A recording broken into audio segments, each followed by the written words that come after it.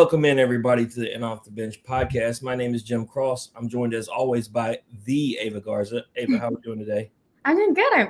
I love a lineman interview, so I'm always ready to go.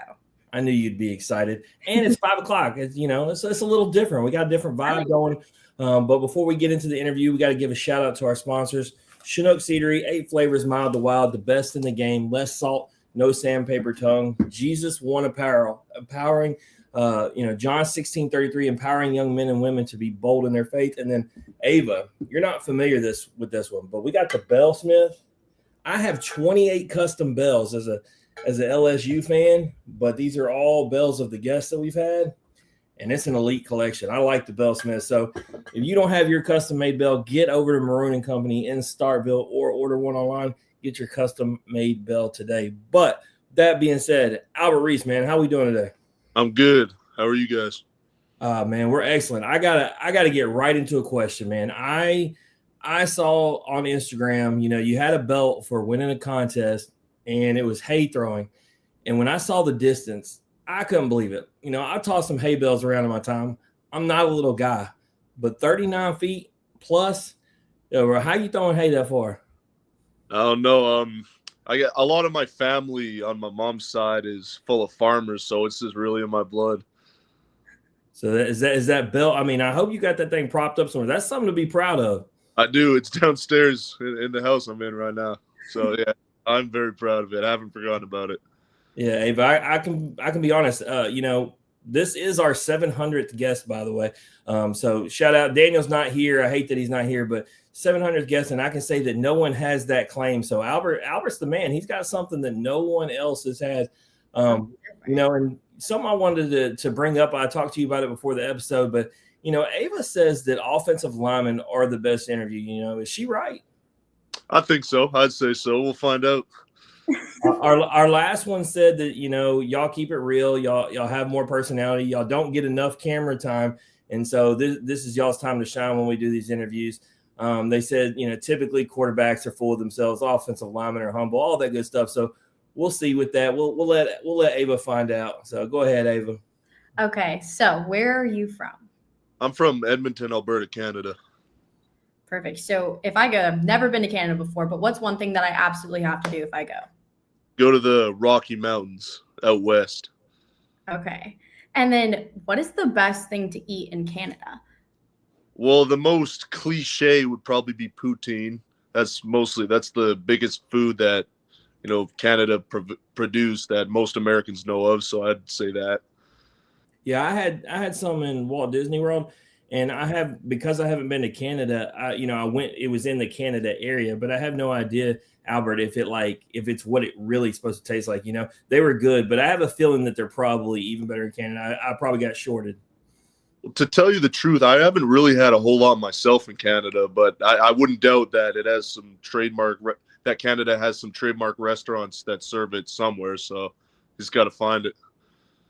So who was the biggest influence in football growing up? For me, probably Tyron Smith. He was my favorite player for the longest time until he retired. I used to like watching him and the Cowboys. He's what made me a Cowboys fan. And Daniel missed this episode. I know. I was like, Daniel would love this. What happened yesterday, Albert, man? Come on. You can't be losing to Carolina. Yeah. I was doing some, so I didn't watch that game, but I was quite disappointed because they beat them last year and whenever it was December. So I got a question for you, Albert. I've never thought to ask this to one of our guests. I don't know if maybe we've just never had a guest on a bye week, but when you have a bye week and you have that weekend off, do you get a chance to actually sit around, whether we're talking about college football, NFL, do you actually get time to enjoy watching some games? Absolutely. Yeah. Saturday, I watched one college football game. It was an evening one. And then Sunday, of course, had all day, pretty much Sunday, to watch the NFL. So, yeah, it was a weekend full of football. I hope you didn't watch LSU's offense. Me and Ava were there in person. It's a tough watch these days. A win's a win, Albert. You know that. But, it's not really smooth sailing, so to speak. Yeah, I didn't watch that one. So, yeah. Good. You saved your time. You saved some time. So who is your favorite athlete of all time? Oh, That's a good question. I don't know if I even have one, to be honest with you. I just Who's somebody that if you're going to tune into somebody and watch, you're just talking about, watch on Sunday. Who's somebody who's must see to you right now? I'd say Dak Prescott's playing good for my Cowboys, so I'd say him without a doubt. Oh yeah, MVP caliber season. That offense is craziest thing. They lose CeeDee Lamb and yet they're moving better. I don't know if that's supposed to be telling something or if it's just I don't know what the case may be, but yeah, Dak's doing the thing. Yeah, no, he is without a doubt. Okay, so we're about to talk your move from Canada to Florida. That's quite the jump. So was there like a huge culture shock or like no? The main thing, there was a big culture shock. A lot of people are more like sports fans down in Florida, really down in the States in general. But yeah, that was a big culture shock. The most shocking thing was the weather, though. That was the biggest difference. So you ultimately committed to Mississippi State. Why was that the destination for you? Well, I knew a little bit about the SEC, like the conference that Mississippi State plays in. So I always wanted to play in those big games and like just play top tier opponents week in and week out. So that was probably the biggest reason.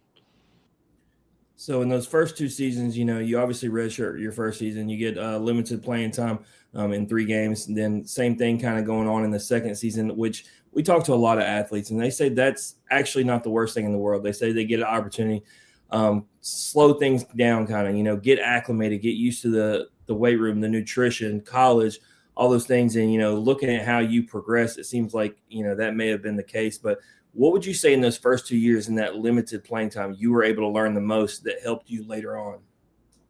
That's a good question. I definitely say like what it takes to be consistently a good player to actually have success at this level of football. I was able to see like, okay, how good you have to practice, and you have to practice well, not just once, but all week, every week for however long the season is. So I'd say just learning the standard of what your coaches expect from you and what your teammates expect from you is the biggest thing. Yeah, no doubt. I've never got a chance to ask one of his offensive linemen. Number 4 on our charts all time still for downloads is Will Rogers. Absolutely love the dude.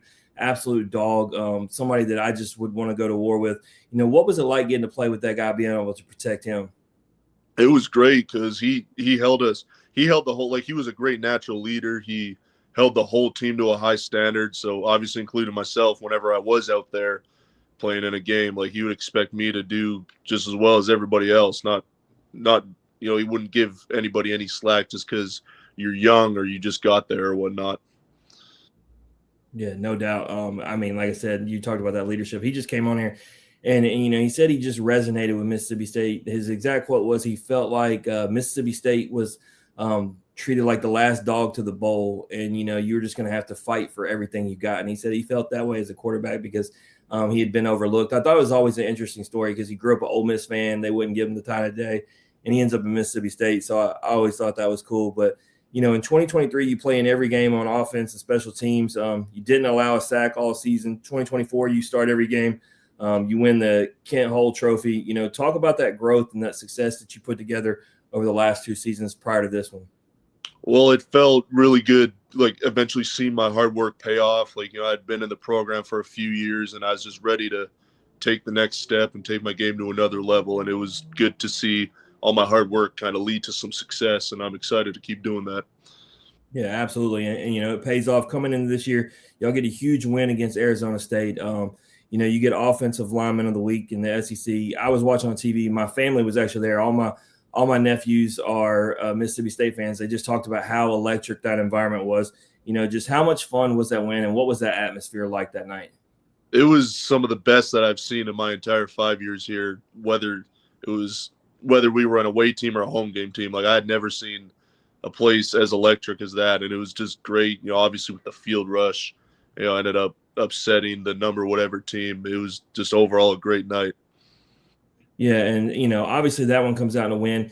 The Tennessee, obviously heartbreak, but I saw it as well. It looked like it's one of those games where it's tough, but it looked like it was equally as fun. It looked like the environment was was just as rocking. Obviously, day game versus night, but I'm really just impressed with the Mississippi State fan base support and how much they love the football team. Especially, you'll come off of last year. It's a tough year, but man, they were all still bought in. They're still rocking, and so now y'all are 4-2. You got a chance to get right against Florida at Florida, coming off a bye week. What's it like getting those 2 weeks to prepare? And how are y'all feeling going into this week? Well, we're feeling very confident, just like we are every other week. But yeah, you mentioned the 2 weeks to really focus and hone in on Florida. Every team who's coming off of a bye week has a natural advantage that we have to take advantage of. We have 2 weeks, twice as long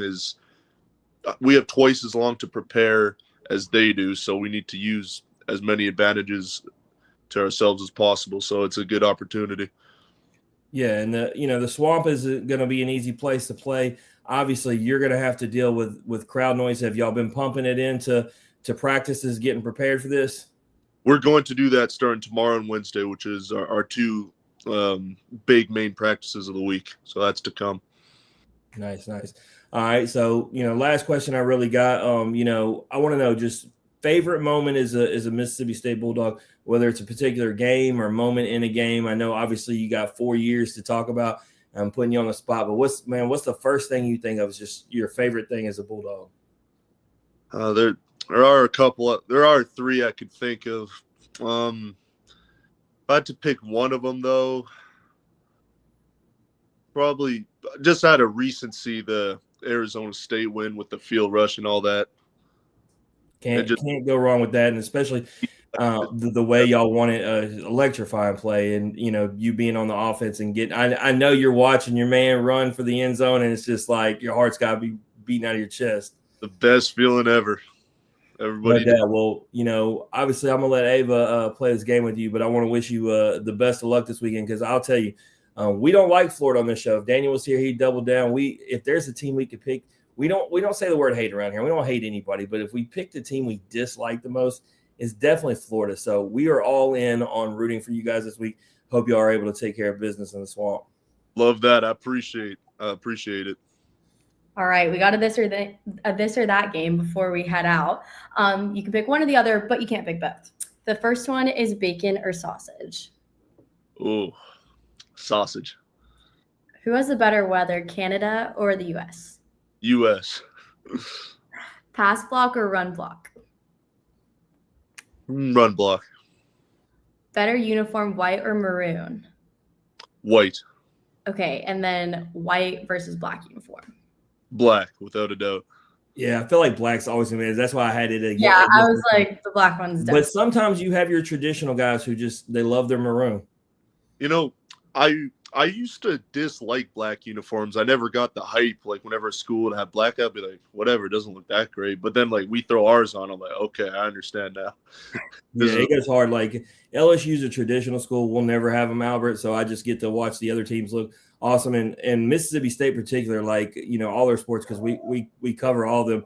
The baseball when they wear them, the softball when they wear them, the volleyball, everything. Like, something about that black with the maroon on it looks real good. Mm-hmm.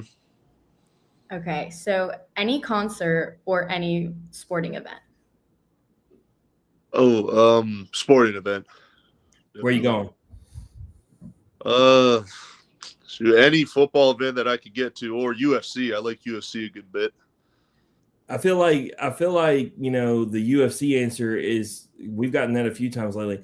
And if you could, when we're talking about any sporting event, I feel like that means if we're adding to this dream scenario, you can sit anywhere. And I feel like, ringside of a UFC event would just be amazing. It is. I actually was able to do that this past summer. I went to a UFC event and ended up with really good seats. So it lives up to the hype. It's an unreal. It made you realize you want to stick to football and not get in there and fight nobody? Yeah, no, I'm happy I do. I've always, look, I got in scuffles back in the day in high school and I was in the military, but all you got to do is see one of those fights in person, because I've seen a few, but not UFC, just the amateur stuff. But even with the amateur stuff, I realized, all right, man, I wouldn't want to fight any of those guys. They're not as tough as you think, No. And then last question. This is Jim's favorite question. Would you rather do 5 years in prison or 10 years in a coma? Ooh, 5 years in prison. See, he's not scared. No. Yeah. If he was quick to answer it, he realizes what, everybody's scared of jail, but you lose 10 years of your life. He doesn't want to wake up and be 30 years old. Exactly. You know what you've missed. You don't know who's still around, who's not. And I mean, you could still better yourself as long as you're conscious. Plus, he's killing in the weight room. He's just going to he's become the biggest beast ever. But hopefully this is a scenario that we're not discussing either. We're just talking about, hoisting trophies and going to the NFL and things like that. And we'll keep jail and the coma out of the situation. But it's a fun topic too. Yeah, no doubt. There's no winning answer to that. That's why we start with a sporting event and the concert, which it's a win-win situation, and then we follow up with the lose-lose. But I do have a hypothetical. I didn't have it on my notes, but Daniel likes to ask this question. We usually ask it to the older guys who are more mature, more intelligent. And so I ask you this: if you found a book and you started reading it and you found out it was the story of your life, would you put it down or would you keep reading it? Oh, I'd keep reading it. I'd definitely keep reading it. What about you, Ava? You've never had that question. Would you keep reading it? I'd keep reading. I feel like. Yeah. Well, hopefully y'all don't spoil an amazing story then, because I'm not reading it. I don't want to know what's going to happen. It might be bad stuff. Go ahead. I'd definitely keep reading it to a few years in the future, but I don't think I'd finish it. He just wants to read and see where he goes in the NFL draft. That's all. Yeah. And then everything be left up to chance. Absolutely. Well, before we let you out of here, is anything you want to plug or promote? Hail State. Hail State. We got to get you. You got a cowbell with the bell smell? I do. Not on me, but I do definitely have one. All right. Well, that means I'm going to be at cowbell number 29 because he sends me everyone that comes on the show. Well, that being said, that's why I wanted to plug and promote. Make sure you go get your Albert Reese cowbell. Can't go wrong with any of the Bellsmith's bell. But if you're a fan of my man blocking the line, getting this thing done, SEC Offensive Lineman of the Week, go get your bell. But man, we appreciate you coming on. If there's anything we can do for you, just reach out. I appreciate you guys. That was really fun. Absolutely. Want to thank Albert for joining us. If you like hearing his story or you just like hearing us average Joes and Jills talk X's and O's, please like and share on Facebook. Retweet us on Twitter. Watch and subscribe on YouTube. Head over to Instagram. Give us a follow. We'll be back later tonight, Ava. We got to talk purple and gold talk. But in the meantime, strong body, sharp minds, grit and grind all the time. We are out.